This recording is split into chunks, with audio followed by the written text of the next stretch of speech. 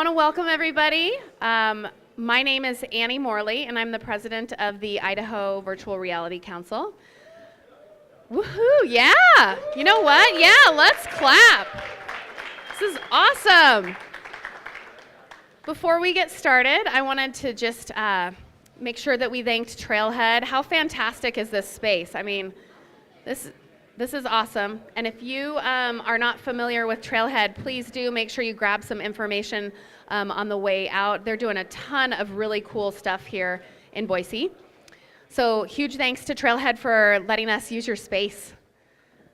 And this is hard to see, and you can see I just realized you could, whatever. I've been working on this all day here, and it's still not working right. The reason we're here is really our mission. So the Idaho Virtual Reality Council's mission is to bring together the people, technologies, and companies to create a thriving AR, VR industry in Idaho. And I want to just say, I mean, looking at this event, we can't even fit in the IVRC office anymore. I mean, gone are the days where we would all cram in there and I'd rent like 20 chairs. You know, this is just fantastic. You know, you're laughing. You were there 2 years ago. But this community just continues to grow, and it's just so exciting to see that. So thank you again all for being here. I want to tell you a little bit about 2018 was absolutely awesome. We brought VR to over 50 different events last year and put over 12,000 people in virtual reality. So those are some pretty, yeah, thank you. Those are some really great numbers, and we go around the country and talk to organizations like HTC and tell them, oh yeah, we put 11,000 people in VR in 2017, and they're just like, where? In Idaho? And you're like, yeah, it's happening. So over 12,000 people went into VR last year at events that we were at and putting them through. We were at Festival of Trees. We brought in some outside speakers from different areas, and some of these meetings were over 100 people in attendance. So we just continue to grow. It was an awesome year. We also launched a VR community kit. Unfortunately, the universe has this thing where you can't be in two places at one time. So I was finding it really difficult, and suddenly I was having to say no to events. But we launched this kit where we're able to give people the headset, the computer, everything they need to run VR at their event, and it's been super successful.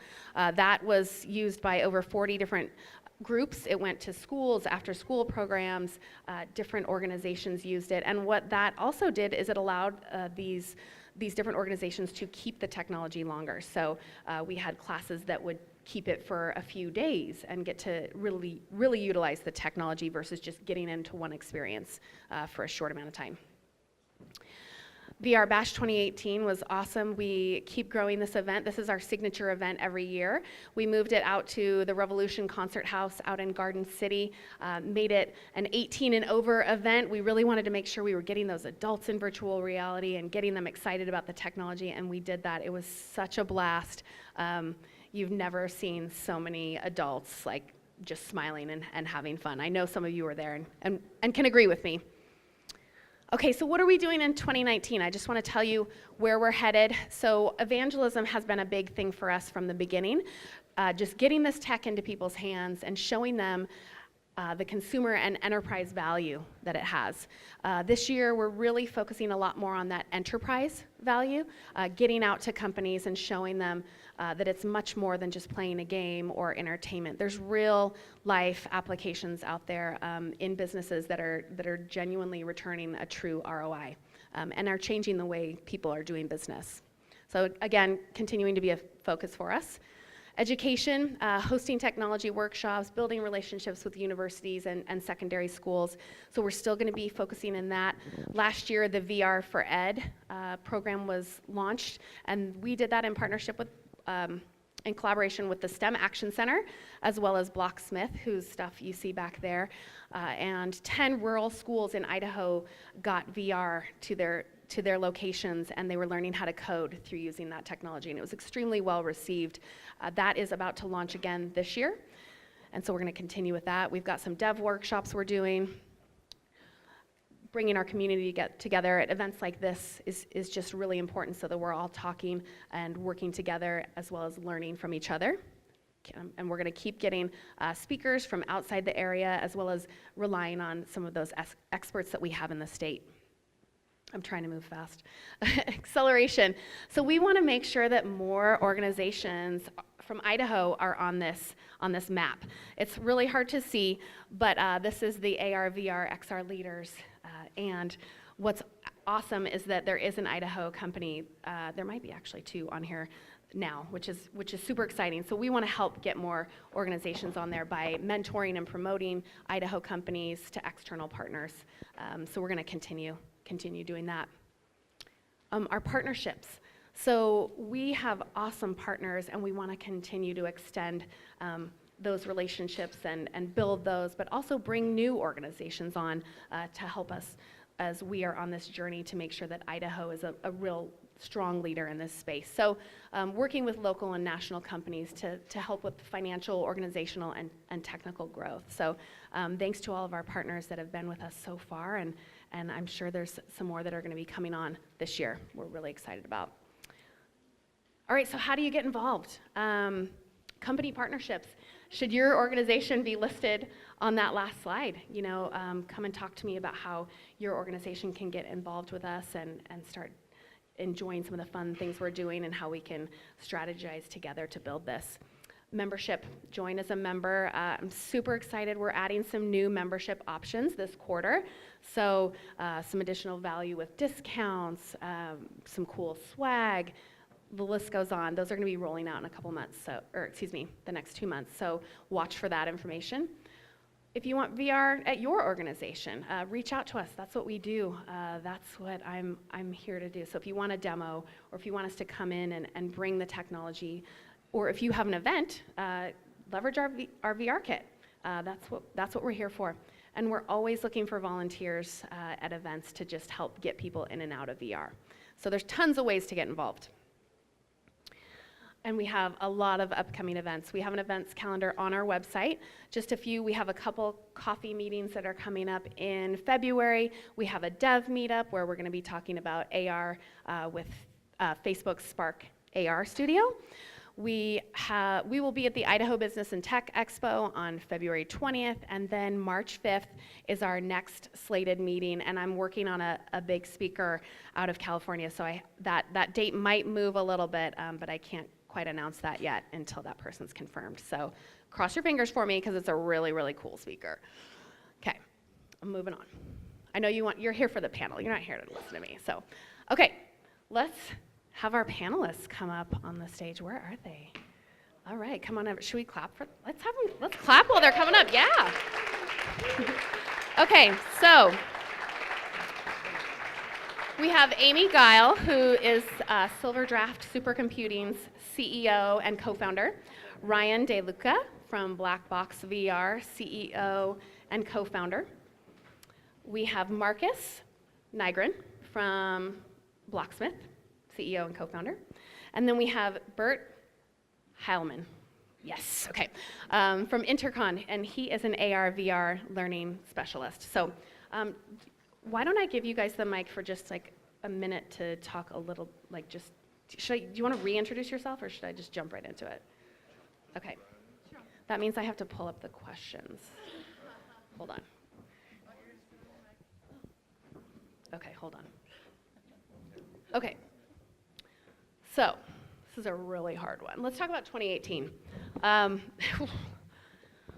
Tell us, I want to hear from each one of you, like what are the big things that happened in 2018? Who wants to start? Let's just jump right in. Amy. The big things that happened. I would say new headsets, like XTAL. It is about, 40x pixels compared to the Vive. It was very exciting. So new high-end headsets are Vario, another one, 5K headsets. So there were quite a number of new, really high-end, high-pro headsets that came into play that were really exciting. Yeah, definitely. What do we do with this thing? definitely agree with that. And what's exciting about 2018 is, as new technology comes out, everybody has big expectations, right? Like, of course, with every new thing, it's going to be the biggest thing in the world within 2 days, and everybody knows that it doesn't really go that way, right? It's a little bit slower than you want. When the Oculus Rift first was announced, years ago, it was a game-changing innovation, a world-changing innovation, and everybody really wanted to see it come to fruition. And it has evolved over the years. This last year, we had the Oculus Go that was announced, which was a standalone mobile headset. Was not 6DoF, was not room scale, but it really brought good quality mobile VR to people versus those, crappy little Google Cardboard things. A lot of people used to say, hey, have you done VR before? They're like, oh yeah, I've done it before. I have one of those Google Cardboards. And it's like, no, that's not VR. That's a little parlor trick. And so this last year, seeing a lot of great new headsets, new technology, but a lot of new apps. If you have great hardware and you don't have great applications, then it's useless. And that's what people keep saying, like, where's the killer app and what's going to happen? And this last year, like you showed on that slide, the number of companies that are jumping in here, it's ridiculous. And seeing the investment, seeing the people that are doing it, launching really cool, exciting games that are not gimmicks, was a big, exciting part of 2018 to me.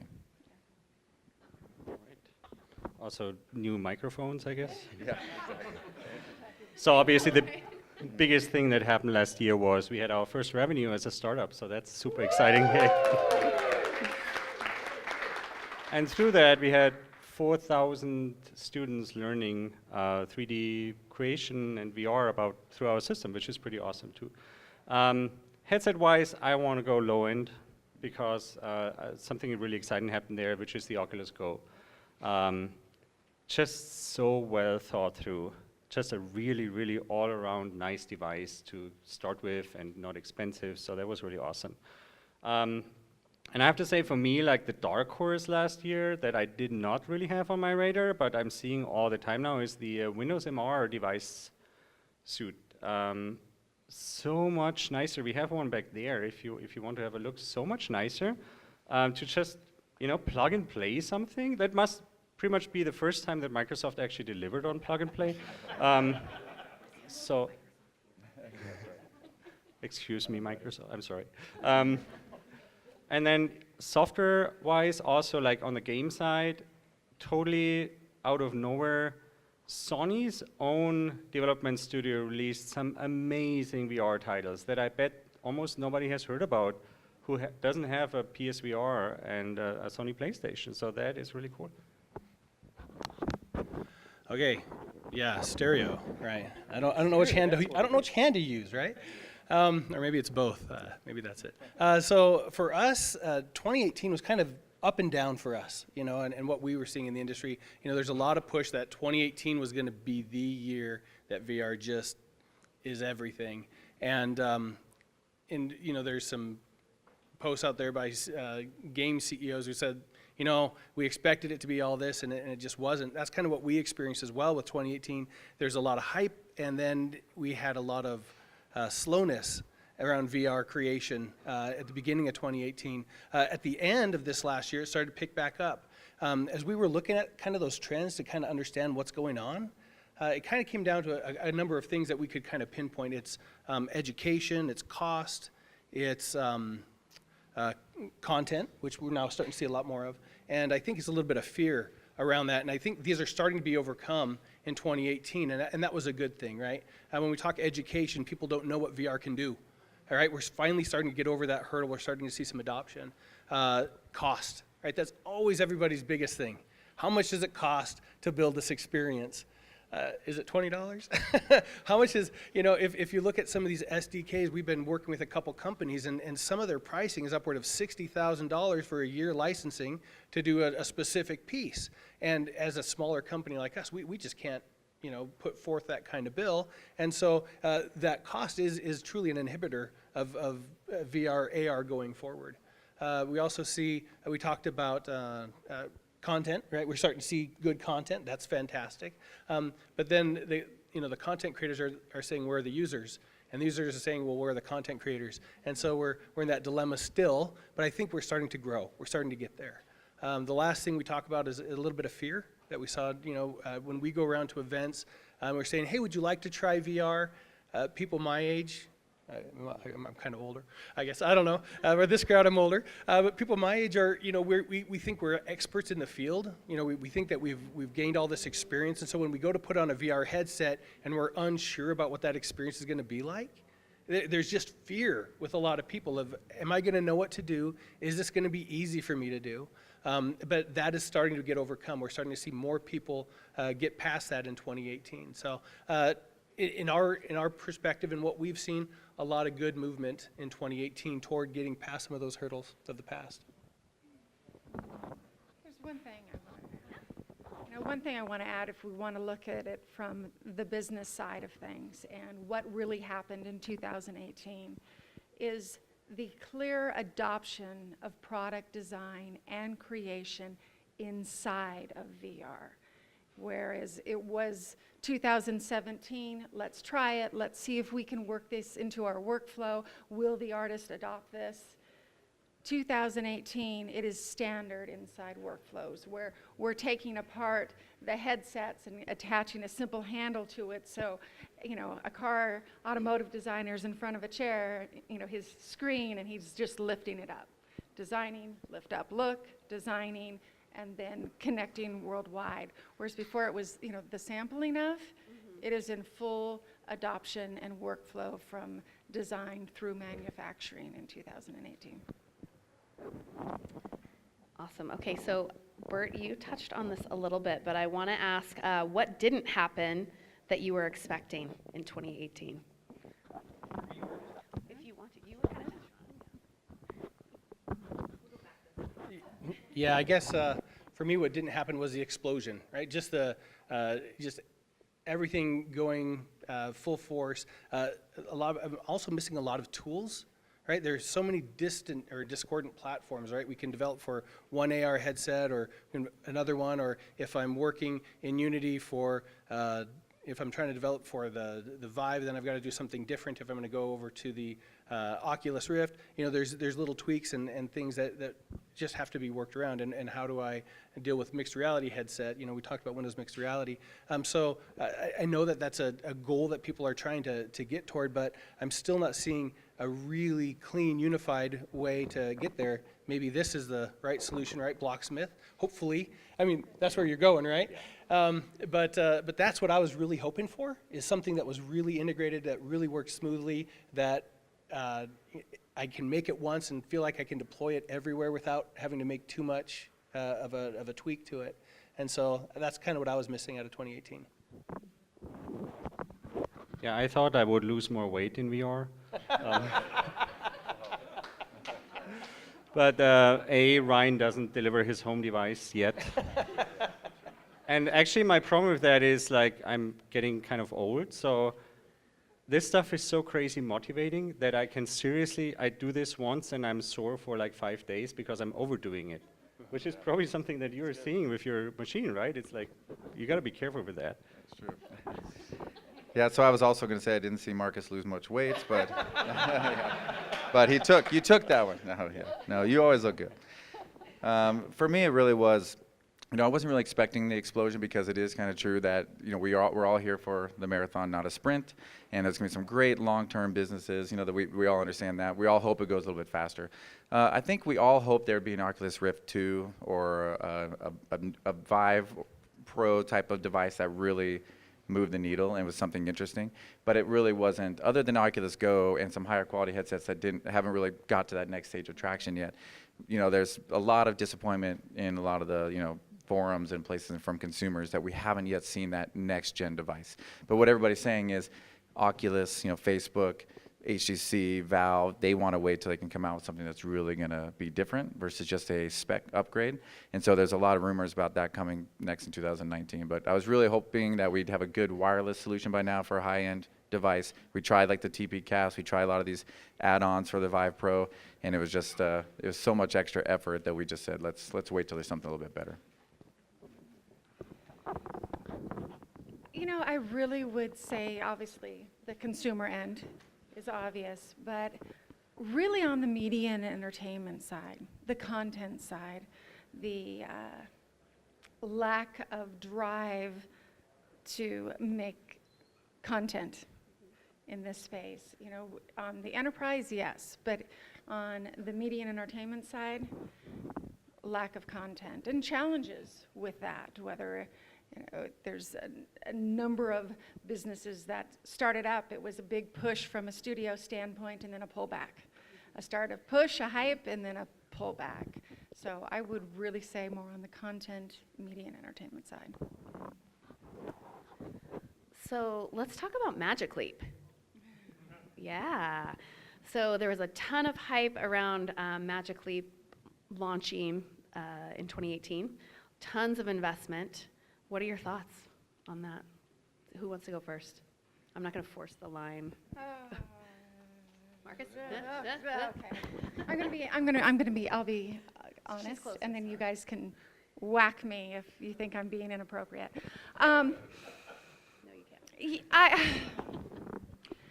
Obviously, it's a bit of a disappointment, not a little lackluster that we're seeing and experiencing. And again, there isn't the content.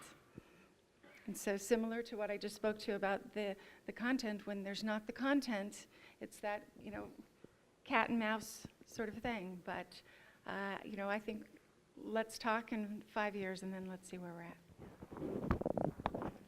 Well, the Magic Leap was the Fire Festival of 2018. Yeah. I think anything with too much hype, right? Like when you're hearing like the ridiculous amount of money, there will be multiple trillion-dollar companies created with AR and VR because it replaces so many different devices. Basically, every one of your screens could be replaced with Magic Leap eventually, right? So you don't have to buy a phone, you don't have to buy a monitor, you don't have to buy a TV.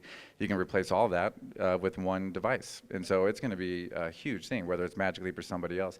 But whenever there's overhype on anything, you know, when Star Wars, the next one started coming out, you know, like almost every example of this is going to be the greatest thing ever, you're set for disappointment. So that was really a blunder by Magic Leap's CEO, and what they really were trying to do is raise so much money and kind of couldn't keep up. Yeah, that was honest. I was actually at the conference in LA, so is that the equivalent to the Fire conference? I don't know. Yeah. They did not fly us in, but they had some very weird keynote that went on for a long time, and the chairs were super hard, so that was not nice. Yes, you can't live up to the hype. I would have expected more, though, to be brutally honest. I think their format, I don't know if you've seen it, but it looks like those diver goggles. And by artificially limiting your field of view, and then in that small little window having another small window where the magic actually happens, it very much looks like those early 3D movies. Like, you really have to learn how to shoot a 3D movie to look good, which is there's that one big rule, the 3D content can never leave the screen because it immediately breaks immersion. And that was happened to me so much with that device. But as Ryan said, that's like, remember the first billion-dollar tech company that was sold, YouTube, to Google? And back then, everybody was like, $1.3 billion, those idiots. I think they make this in a week right now. So, yeah, that's not a lot of money that went to Magic Leap, and this will be such a strong technology and will impact so much that, you know, it's a fair bet, and they are really brilliant people. So I'm excited, but I'm also really excited for the HoloLens 2. Announcement coming very soon, as it looks like. Well, I don't got much to add except for it has that little thing that looks like a Walkman that you can carry around with you, and I kind of want one because, you know, that kind of takes me back to my childhood of having a Walkman. Nice. But so it's kind of the Walkman of VR, right? I know, you know, I think there's a place for it, and I think that, like they said, it's going to grow. But you know, when I look at it from a lot of what we do is in enterprise space, right? And so we look at things from will it be able to be vetted in the enterprise? Can we use it with, you know, their standard IT equipment if we're looking at something like that? So, and granted, is VR, AR standard IT equipment? Probably not.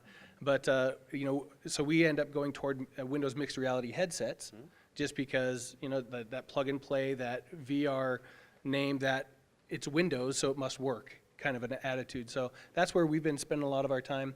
But I still do want that little Walkman puck because that's cool. Okay, bonus round question before we move into 2019. Really quickly, I want you to tell us what your favorite VR title is that nobody has heard about but should. That's part one. And then what is your most used VR application? Real quick.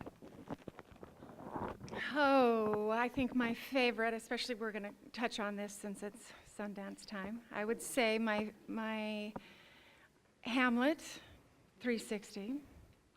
And then there is an experience that is retail. Retail is really starting to push into the VR space. And there is an experience with Lululemon. I think I can be... Tetro, can I talk about? I think I can talk about this. With Lululemon, where it will be, it's at Sundance, and it is a, you know how they have the stores and they have the yoga and you can go in? Well, a lot of the stores can't have the yoga experience. So now they have a VR experience with yoga, with retail combination, and that's pretty mind-blowing. There's an app on Oculus called Transference. Has anybody tried Transference? See, like nobody. See, I did a good job. Oh, I got to pick something else. It's this crazy, like scary, like mind-blowing kind of emotional, mental escape room kind of experience by Elijah Wood, actually. And it's actually blew my mind. I did it all in like one night. 'Cause you have to figure out all these things, run around this like haunted house and things are jumping at you, but it's really well done, and I can't believe that more people aren't freaking out about it because it literally like was a game changer in my mind because I've been doing VR for a long time. It made me realize the true power of VR because how immersed I was in this experience. So Transference on Oculus, you got to try it. I'm going to go with Astro Boy on the PSVR. Astrobot, right, thank you. Otherwise, it starts with Astro. If you search for it, you'll find it. For making amazing use of the space and the idea of what VR could be. Some called it, I can't remember the name, some very famous Nintendo game, only in VR, and then all those fans from that Nintendo game got really angry, as you can expect. And so, but it's a game worthwhile trying, just for what you can actually do in this space.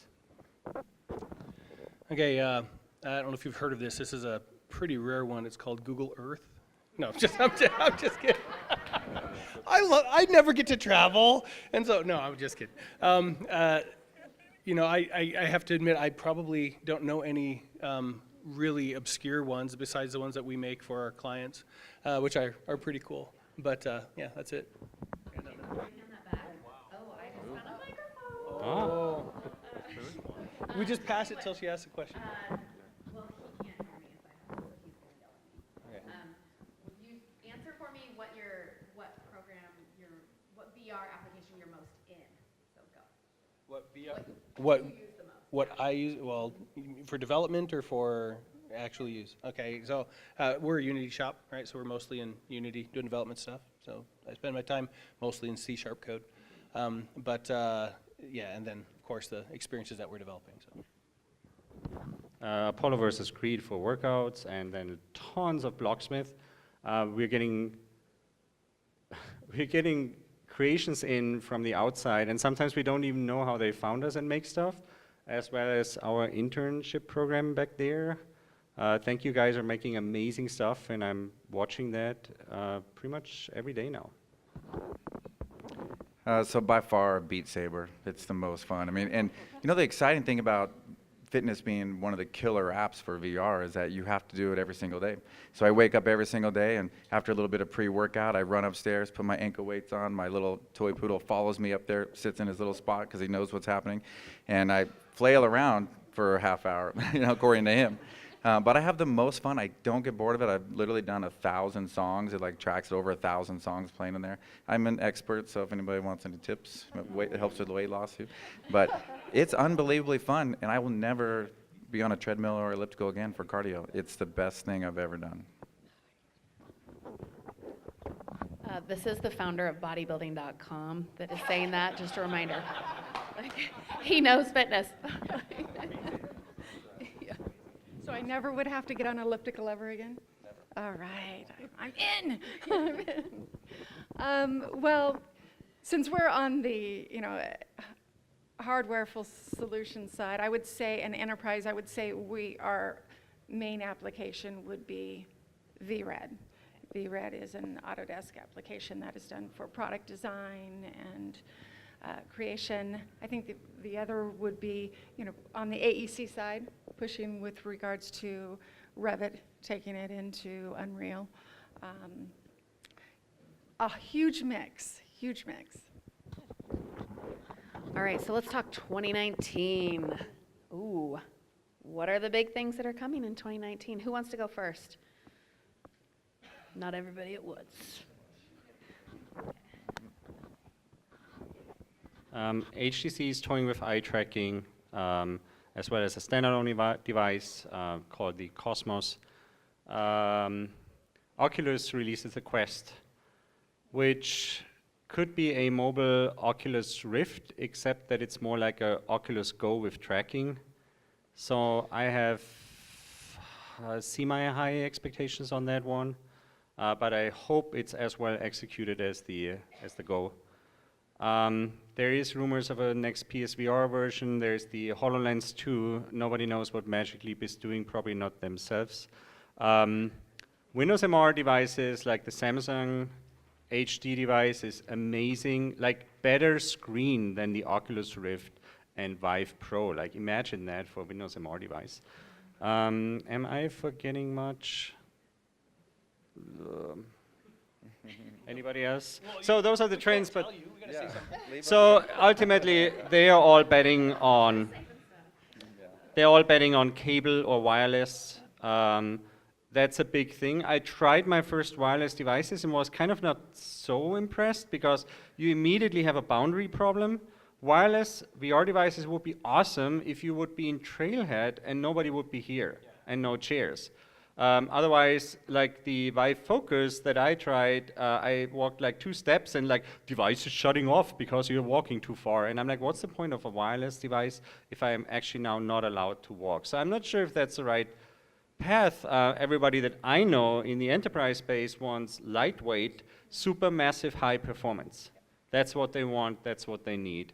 And I hope that the Vive with the eye tracking, which supposedly will now stand side by side with the Vive Pro, will bring us some good stuff there. Yeah, I got to go before all the good stuff's taken. So when I look at it from kind of a development perspective, and what we're seeing out there right now is kind of like this whole workflow thing, where we take something from a 3D model or from plans directly into something else that goes directly into AR and VR. We've been talking to a number of companies, and we're not allowed to talk too much about what they're doing, but they're really trying to get that point where if you're using one of their modeling applications, you can take it directly into their AR studio without doing anything to the model, and you can have an AR experience right away. Right, so I think we're going to start seeing some of that. That's supposed to emerge in 2019. Supposed to come out in 2019, right? Like all software development, it'll probably slip. But those are the kinds of things that I see that are pretty exciting. Of course, tons of new headsets are on the way. Raymond from our company was just down at CES, taking a look at all of the stuff that's coming out, and of course, a lot in wearables and everything else. But that's not necessarily VR AR, but we start talking about this whole extended reality piece, and where does it stop, where does it begin? There's just a lot that's coming as far as those perspectives. I forgot something. We are going to release our first public version of Blocksmith after 3 years. I see a lot of pale faces back there. Into one of the most merciless app stores, Steam and Windows Store. So we'll see how that goes. I might be here next year, maybe not. And you have something going? That's right. So you guys may have heard of the first virtual reality resistance training battle arena sport called Black Box VR, launching in San Francisco March 11th. So we're excited about that. We got a bunch of our team members here also, and 3 years of work, and See, actually, the ones that did most of the work aren't here. Okay, but the rest of it, yeah. No, we got pretty much the entire team here tonight. I will not buy my mom an Oculus Rift because it is difficult to set up. And it's the computer, she's gonna mess something up, the sensor moves. But the second that Oculus Quest comes out, I'm gonna be giving it to all my family. Because hanging out with people in VR feels like the same as this. And I really wanna play Beat Saber other places. You know, I don't wanna go hide up in my VR room, I wanna do it in the living room. I wanna flail around and look like an idiot there too, you know? But I wanna bring it with me to my hotels. You know, like I want something that's simple, pull it out, like Oculus Go, and it just works. And inside-out tracking potentially makes it so that we can run around inside Trailhead. Yeah. And it's funny because we're so used to being inside these bounds and kind of knowing where those are, right? And once those go away, and we can play inside of a warehouse or inside of a field, you know, and anywhere, it's going to be like completely mind-blowing. And I cannot wait for that. The other thing with 2019 is a big focus on location-based entertainment. We're seeing huge amount of investment going into basically like VR arcades, VR experiences inside malls. Amazon is killing the malls. Retail space is getting really cheap, which is horrible for, you know, most people. But for location-based entertainment and, you know, gyms and things like that, it's a huge win. So there's going to be a lot of those coming out 2019. I couldn't agree more. I think that from the consumer base, the Quest will be huge. I think the location base, there was a little bit of a disappointment for 2018, so I do think it will be really pushing forward in 19. And I think content, you know, again, that is starting to move. It was a little slow, but that push is happening. But, you know, the full adoption now towards the AEC, architecture, engineering, construction market, that there is significant drive there, especially around what that workflow is going to look like and how you scale that from massive projects down to a residential platform. For Silverdraft, what we really are pushing what would be called a multi-user or mover kind of systems, where it is up to, say, 10 GPUs connected to 10 headsets, or 10 iPads from a, you know, AR standpoint, so an MR environment, virtual reality and AR combined. So really doing these systems that are multi-user will be a big push for us for 2019. Awesome.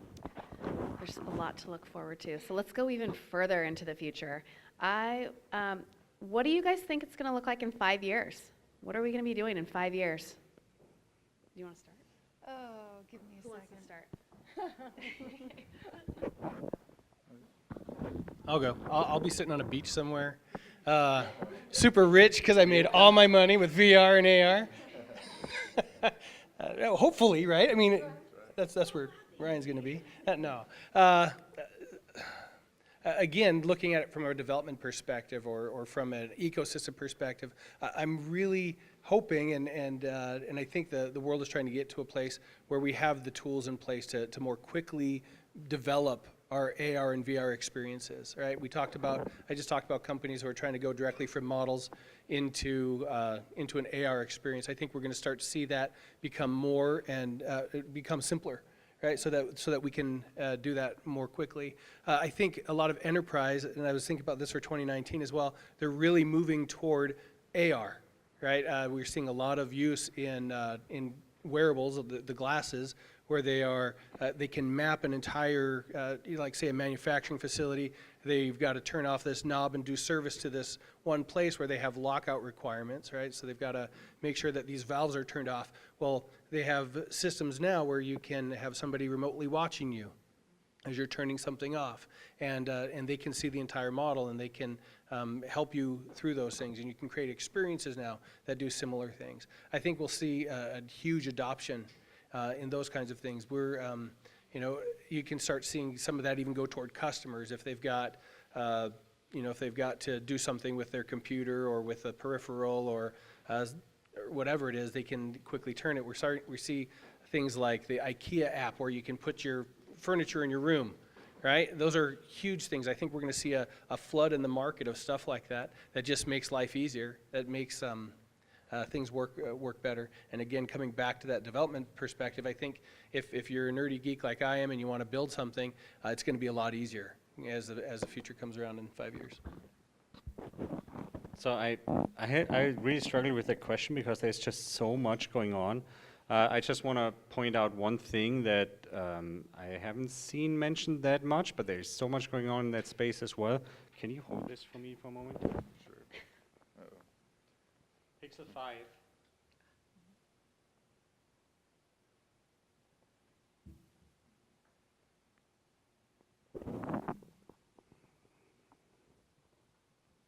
Hey Mom, I just sent you a 3D model of that bottle that we talked about.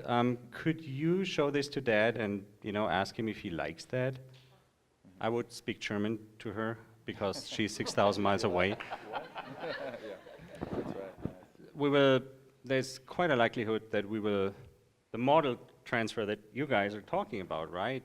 What's a model? A model is something that you need highly specialized software and people or highly specialized scanning equipment. What happens if we all have this in our hands? What happens then? And we know those guys are working on that.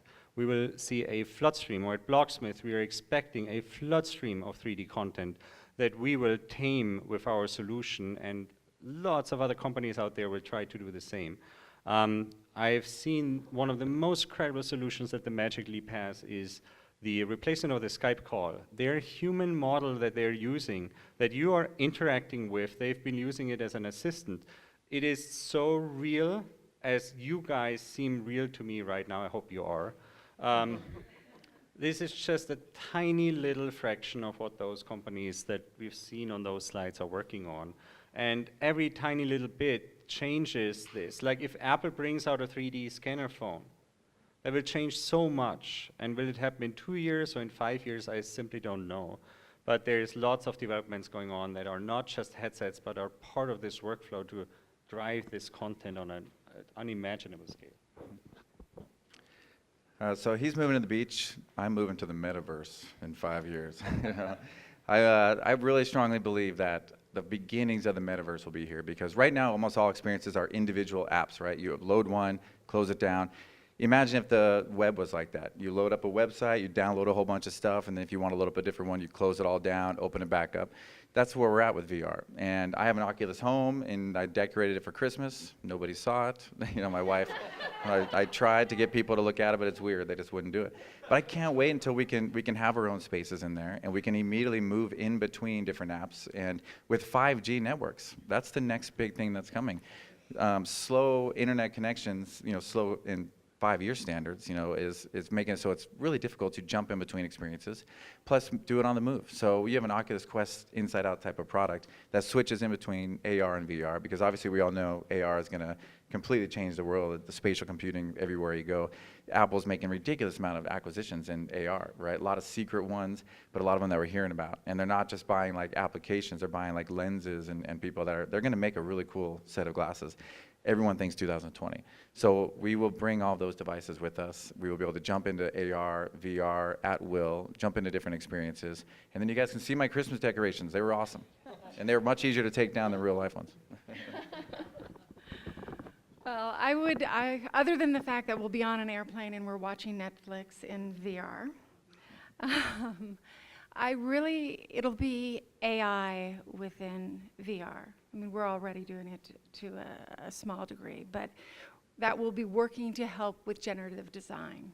So you are not having to recreate what is the flow in a hospital to get a patient from A to B. The computer's learning that, understanding what is working, what is not working, and then creating those designs automatically for you in the virtual environment. So I think that combination of these incredible technologies together creating generative design will be in full force in 5 years. Okay, I have one last question, then I'm gonna turn it over to the audience. I'd like for each of you to describe a recent experience you've had witnessing someone using VR, and this could be with your product or another, that really reinforced how powerful the tech is. Who wants to Or if you don't want to answer it, you don't have to. So those guys are looking away, so I have to be fast before they look at me.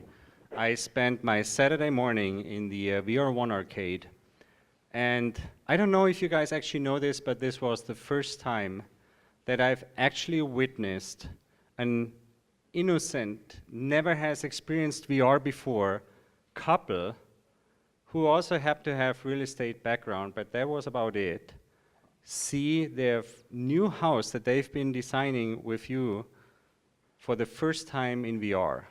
And that was an absolutely breathtaking experience for me, because we're talking about this stuff at coffee talks and what if and whatever, right? But this was as real as it can get. They have never seen VR before. They go in the headset, we have set up the experience, we used the architecture model, brushed it up for VR viewing. We brought two of them, both of them at the same time into the space with the VR1 multiplayer setup. And they were like every new VR experience ever. They were like, oh my God, this is amazing. I can't believe what I'm seeing. I thought this ceiling should be higher. That was amazing. They went on for 40 minutes. And they went into serious, productive mode within not even a minute. And yes, it was disrupted by, wow, I can't believe how this looks like. But most of the time it was essentially like that interaction that you had with them. Step in the shower. I think there was some discussion around the shower, because I saw her walking into the shower in virtual reality, turning around and then telling you, yeah, that will work. That's awesome. So it seems like, when you design a house, there is always constraints, right? But then they found literally,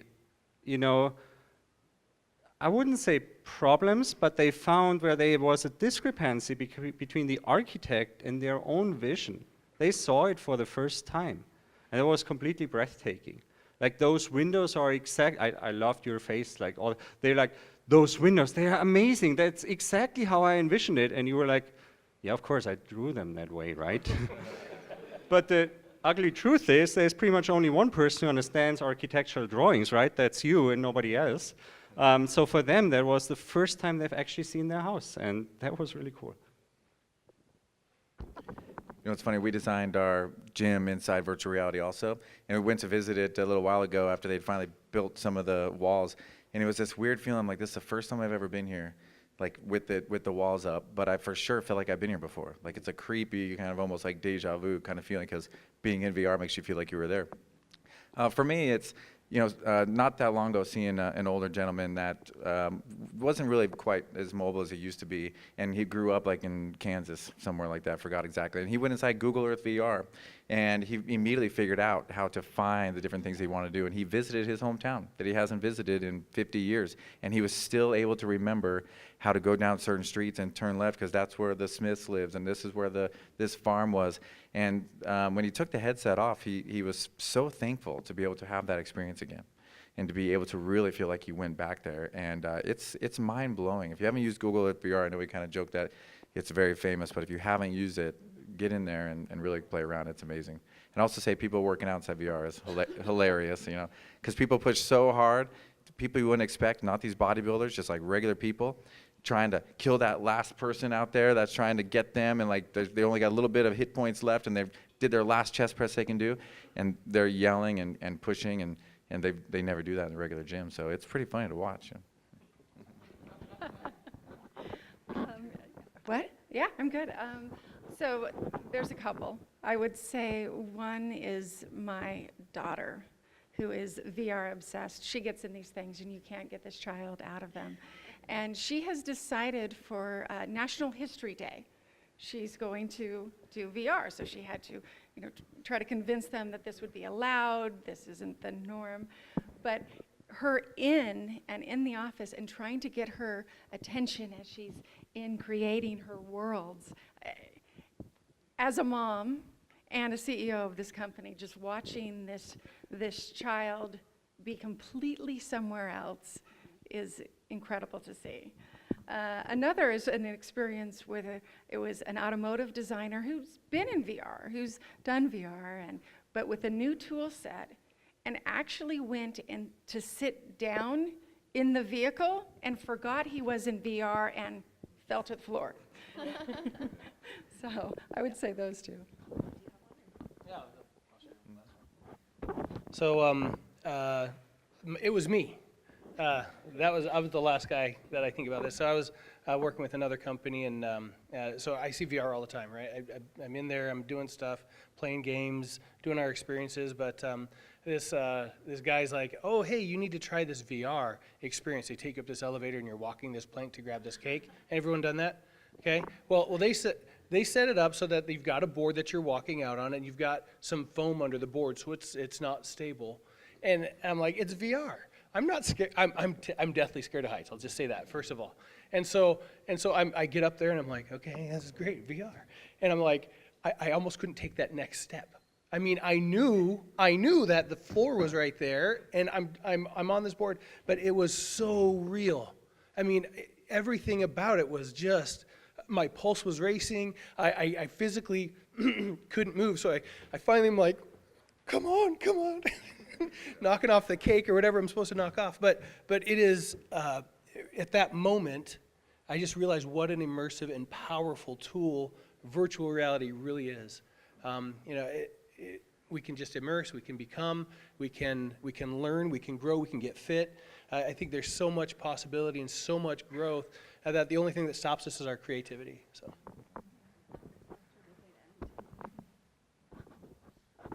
That's a great way to end.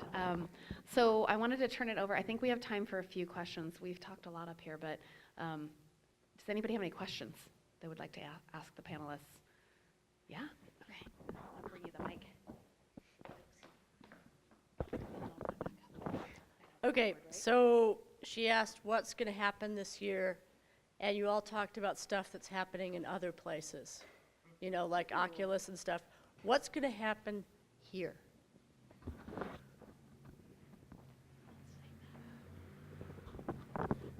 Well, I think it's a good sign this is the best turnout that the Idaho Virtual Reality Council's ever had, so round of applause. Like Annie said, we're not going to be the biggest. We don't have the most people, we don't have the most companies, but we can be the most organized, we can be the most focused, and we can really build an amazing VR, AR community here in Idaho. And it's all of you that's going to make that happen.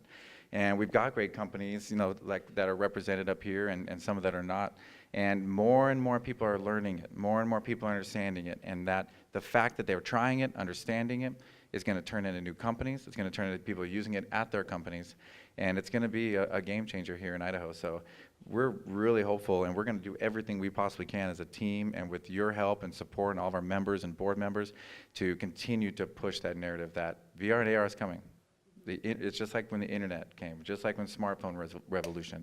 And we can be at the forefront of it in Idaho, not Silicon Valley, Seattle, Austin. It's our turn. And we're still going to have lots of potatoes, and that's fine. Yes, it is here. And Idaho has some incredible opportunities to be the leader in this space. Companies are coming to this town frequently to push what's possible in VR and AR and AI. And Idaho just needs to grab a hold of that and push it and drive it. There should not be fear. Dive in, create VR kits, and together, especially if we work in collaboration, the companies together, the way we're doing tonight, we can have significant impact, and we will. So I think it was over a year ago that I had last to explain where Boise is to someone. The usual answer I'm getting these days is like, oh yeah, okay. And that was actually the guy from Unity. Oh. Yeah, he was even here because his wife sold kind of T-sheets for Quicken. So it's something really weird. But Boise is on the map, so that is happening. Shameless self-plug, we are expanding our internship program here. So if you want to walk those next steps with us, Those are going to be crazy hectic and exciting, and if you want to help out, we are back there. Gus, can you just wave? He has a IVRC shirt on, so that should help. Yes, exactly. So if you have someone, or if you want to, get involved, get involved. I think the number one thing that we can do as a community is collaborate, right? I know Amy touched on that just a second ago, but I think we have this tendency to want to hold on to our little idea, our intellectual property, which because that's us, right?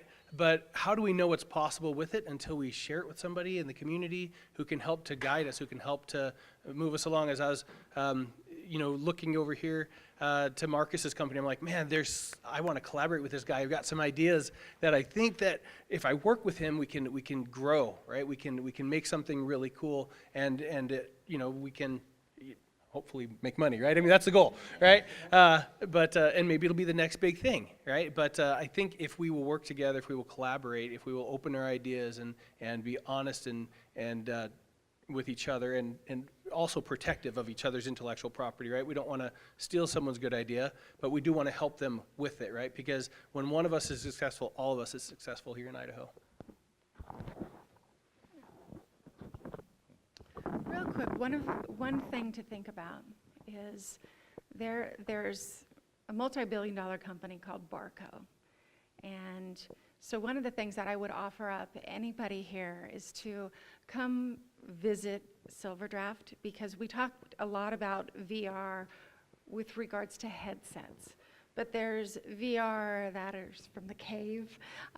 There's some new technologies that Barco's putting out, and Barco's headquarters within the United States base is over at the Silverdraft office. So that way there's a transportable cave that will be coming back in about a couple weeks. It'll be back up, and that is a VR experience that you can walk in, wear glasses, see it. They have some new technologies that they're releasing. I think it's called 3D Point or something like that. That'll be coming as well. And so it can that way you can introduce yourself to other kinds of VR and what's in the market. But if you think about this, massive company out of Belgium that comes to Idaho in the United States is, pretty cool. Noted. I'll be emailing you to schedule a meeting at your facility. Who else has a question? Well, I was going to ask about that episode of Black Mirror where, you had VR after death, whether that was dystopian or utopian. But based on what you just said, what can we in the community, what can we do as individuals, as organizations, as the government? What can we do to help you? And what shouldn't we try to do to help you, I guess? I'm going to pass this. I want to answer this. Well, you know what not to do, Norris. I just want to make that like this weird thing that people think we actually have something, but he's like, oh, wait, what? No, honestly, spread the word about what we're doing here. Spread the word about our successes, because the only reason that people know about Nashville is because a bunch of country music stars came out of there. It wasn't just like a random recording studio. Did you hear about that studio in Nashville that makes country music? Like, no, you heard about the big stars, right? And then where are they from? Nashville. So let's talk about VR companies. Let's spread the word about the VR companies, what they're doing and how they can be successful. And also, anybody in here can immediately go home tonight and get on Udemy, get on any of these online learning sites. You can learn how to create VR applications for free at home using Unity Personal Edition or Unreal. Like, you can have your first one created by tomorrow. It's actually a really super fun thing to go in there and create something in VR. You can create inside VR, but even if it's on your computer screen, put your headset on and you're there. And the headsets aren't that expensive anymore. They're getting cheaper, and there's used ones. There's no excuse. If you're thinking about joining in the VR industry, you don't have to sign up anywhere. You can learn it tonight at home after your normal job. And that's what's going to help our community grow, is have more people that know how to do it. I want to say we have something happening on our side, which is maybe an interesting answer. You can completely anonymously help us by going to our website, close all your eyes about how it looks like as it was from last year, because it is. Download the software, excuse all the bugs, start creating and submitting stuff. We have by now identified creators all around Idaho who got taught on the software last year and kept at it. And they're surprising us almost every day with what they submit and what they upload. If you want to get involved directly with us, you can do it that easily, and we won't even know who you are until the day where we send you an email and invite you to our Discord server, or just trying to find out who you are because you have an anonymous username at that point. But generally, as a community, I think the biggest thing that you can do for us is understand where we are. We are startups, and we are starting this up as in we are learning as we go, we are pivoting as we go, we are changing as we go, and absolutely nothing is perfect. And with that understanding, try to understand what we are trying to do, and if you have some connection that you think we should make, send us an email. For us, we're going to bring a VR experience that we're currently in the middle of. We'll bring it the next time we meet, hopefully. That's the goal. Feedback, right? Please be willing to jump into the experience, give us feedback, give us ideas on where we can go next. If you see something really cool, I love these meetings because it gives us a chance to talk about the cool stuff that's happening. So just bring in those new ideas and those new cool things that you're finding. It helps the community grow. For us, I would say spread the word. Dive into these technologies, reach out to us, learn about what we are doing. We're continually looking for great people. Doesn't even need to be job specific. We just want a really fantastic team that is willing to learn and dive into these things. Silverdraft is not just hardware, we're actually a full solutions company. So we look at the workflow, we integrate workflow, we train in the workflow, we do coding and scripting, the tool sets within VR for our enterprise clients, but we need creative minds and people willing to push the boundaries on what's possible and not possible. And getting to know us. I think the challenge for Silverdraft is that we are an Idaho company, but all of our work is really out of state. And so sometimes we're so focused on our clients. Our clients are unbelievable clients. And so our focus ends up being there, but we really want to have a base here in Idaho and a community in Idaho. And so don't be shy about pushing us to engage more with you. And, I think this helps. Yeah. She stalks me. It's good. It's good. You're welcome.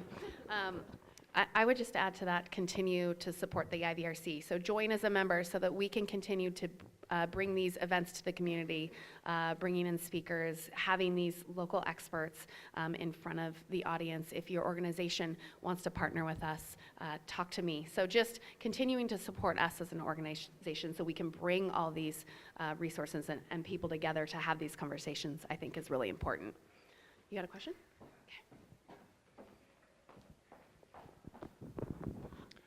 So first off, a big thank you to Annie and the Idaho Virtual Reality Council for bringing this amazing panel. Thank you for bringing this to Trailhead. I think if turnout is a measure of success, we might be doing this again at Trailhead, looking forward. Okay. By the way, I am TM Rastagar. I'm the Executive Director here at Trailhead. Welcome to my space. Now to the question. Ryan, can you speak to some of the research that's being done around VR with respect to children on the autism spectrum disorder and any potential applications that you see arise out of that? Do you want to answer? Should I actually hand that over? Where is he? Where is he? Oh, yeah, I didn't see you there. Hold on. So I'm actually going to pass this off to Mitch. Are you okay with that? Sure. Well, we've had in 2018,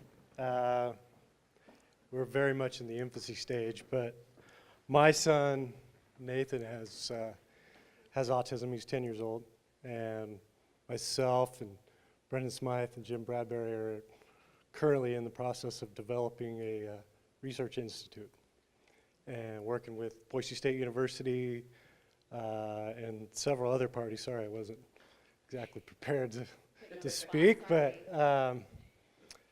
it's so exciting to see what the progress my son specifically has had in virtual reality. So the possibilities are endless. Speaking specifically on one experiment that we're working on, is he was down at VR1 last weekend skiing.